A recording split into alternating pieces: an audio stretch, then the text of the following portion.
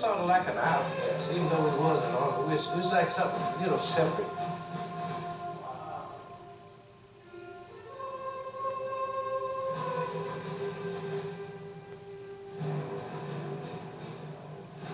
Never have a man of color ever betrayed his country.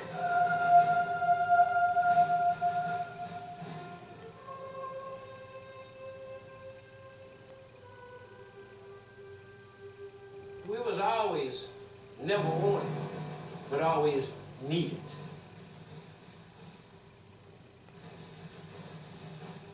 Throughout United States Armed Forces history, African Americans have made their mark in the defense of our nation. So the Buffalo Soldiers, or black soldiers, played a role in all of America's military campaigns and wars, you know, back from 1770.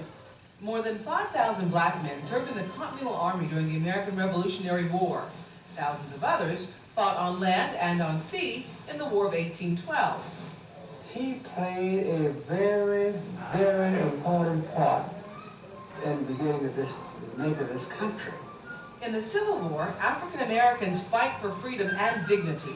The 9th and 10th Cavalry Regiments opened up America's western frontier as the Buffalo Soldiers. The term Buffalo Soldier came from the Cheyenne Warriors in 1867. And what you have to understand and appreciate is that the Native Americans revered the buffalo, and their lives revolved around the buffalo for food, shelter, clothing, weapons, etc. And when a buffalo is injured or wounded or cornered, they fight ferociously. They give out. They never, ever, ever, ever give up. So Native Americans saw that same kind of fighting spirit in the 10th Cavalry. You take the fighting spirit on one hand, and on the other hand, the mane of a buffalo resembled the naturally curly hair of some African Americans. So you take those two things, the fighting spirit and the naturally curly hair, and you get what the Native Americans call wild buffalo. And the term wild buffalo became Buffalo Soldier. The 24th and 25th Infantry helped Teddy Roosevelt's Rough Riders at a crucial moment of the Battle of San Juan Hill. 400,000 African Americans served in World War I. 2 all-black combat divisions were activated, the 92nd and the 93rd Infantry.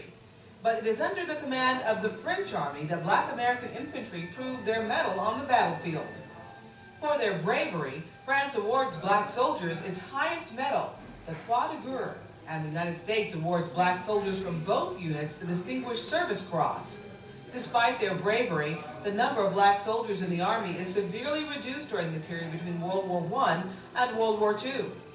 In 1940, there were only 4,451 African Americans in the United States Army. 5 were commissioned officers, 11 were warrant officers, the rest were enlisted men, mostly in service and supply units. There were no black Marines, and only a few mess stewards in the Navy and Coast Guards. In 1941, Americans looked at their world and saw war everywhere. Across the Atlantic, Adolf Hitler's German troops occupied nearly all of Europe, from France to Russia to the Baltic Sea to North Africa. In the South Pacific, the Japanese Army and Navy had already captured parts of China, Manchuria, Korea, and a number of nearby islands. Pearl Harbor would soon stun the United States into war.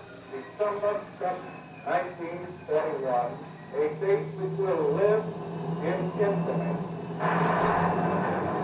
Monday morning, the first thing I did, go down to the Army recruiting station to enlist in the service of my country. I was told there was no quota for black troops.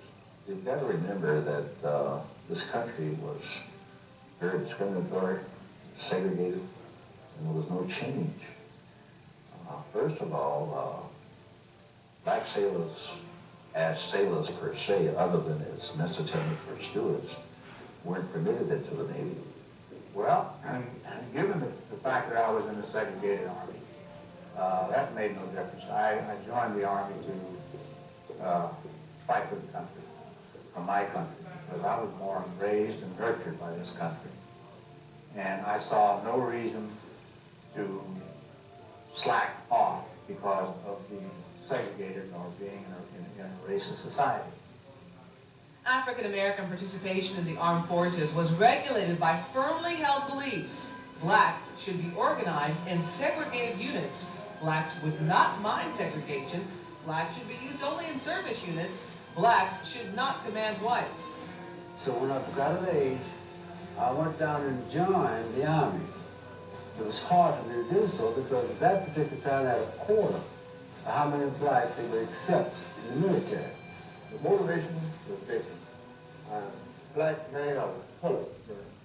I felt that if I fought for my country, shed my blood if necessary, when I come back home, I would be treated as an equal. I heard. In a sense, I really believe before two wars. One's the war against the Axis, the Germans and Japanese, and the other is the war against segregation. African Americans would fight, lead, and die in World War II to free people around the world. Their performance on the battlefield would change the American armed forces forever, and their bravery would pave the way for the civil rights battle that would emerge after the war. I'm proud of myself, and I would really like for the world to know what kind of soldiers we were during this terrible time in our life. But one battle would take much longer to win. It would be more than 50 years for America to fully recognize the heroism of its black war fighters. At West Point, the Army's military academy, the color barrier remains difficult to crack. Benjamin O. Davis Jr. graduates from West Point in 1936. He is the first African American to graduate from the Point in the 20th century. Not one social word was spoken to Davis in his 4 years at West Point. The Reserve Officer Training Corps, ROTC, allowed some African American college students to become officers. Meantime, African American organizations and newspapers petitioned President Franklin Roosevelt and his administration for dignity and equality in the armed forces. You say to yourself, damn, I didn't know it was like this. And then, that's as well. September 1940, Congress passes the Selective Service and Training Act. The first number is serial number 158.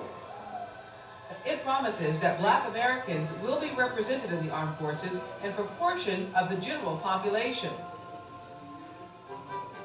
CPL, SGT, the LT, CP, the OT, the MP makes you do get me. It's a G.I. man. But the Marine Corps isn't accepting blacks. The Army Air Corps isn't accepting blacks. The Navy is, but only as mess attendants. The Army takes African Americans, but only as replacements for its all-black units. Latrine diggers, orderlies, this type of thing. Nobody truly knows what we did during the war. On the home front, blacks face discrimination in the expanding defense industry. African American organizations continue to protest. A. Philip Randolph set the July 1st date for a march on Washington. To stop the march, President Roosevelt offers a compromise. He issues Executive Order 8802, which establishes the President's Committee on Fair Employment Practices. The order promises to end discrimination in factories producing for the national defense. 6 months later, the United States enters World War II. The town is entered by Negro units of the 43rd Armored Infantry Battalion. The V for victory becomes the double V for African Americans, victory over fascism and victory over racism at home. The double V becomes a rallying cry for African American participation in America's armed forces on the home front. Someday he'll come along. From black entertainers joining the War Bonds campaign rallies to farm workers to workers on the assembly lines, African Americans helped boost morale and supply America's armed forces. As in the Korean War, where some 3,100 African Americans lost their lives. But young African Americans were eager to sign up. I lied about my age. I had my mom to sign some papers said that I was 17. At the onset of hostilities, the men of the all-black 24th Infantry reached Korea from Japan and immediately began a dramatic series of blows, forcing North Korean invaders back in one strategic defeat after another. In In Vietnam, black troops represented 15% of the infantry in Southeast Asia. In Marine units, blacks were nearly 9% of the total. And in elite combat units, 1 of every 4 combat troops is black. What we refuse to swallow is recognition. We refuse to swallow pride of what blacks have done into the armed forces. We refuse to recognize their ability and what they achieved in company to help this country be what it is today.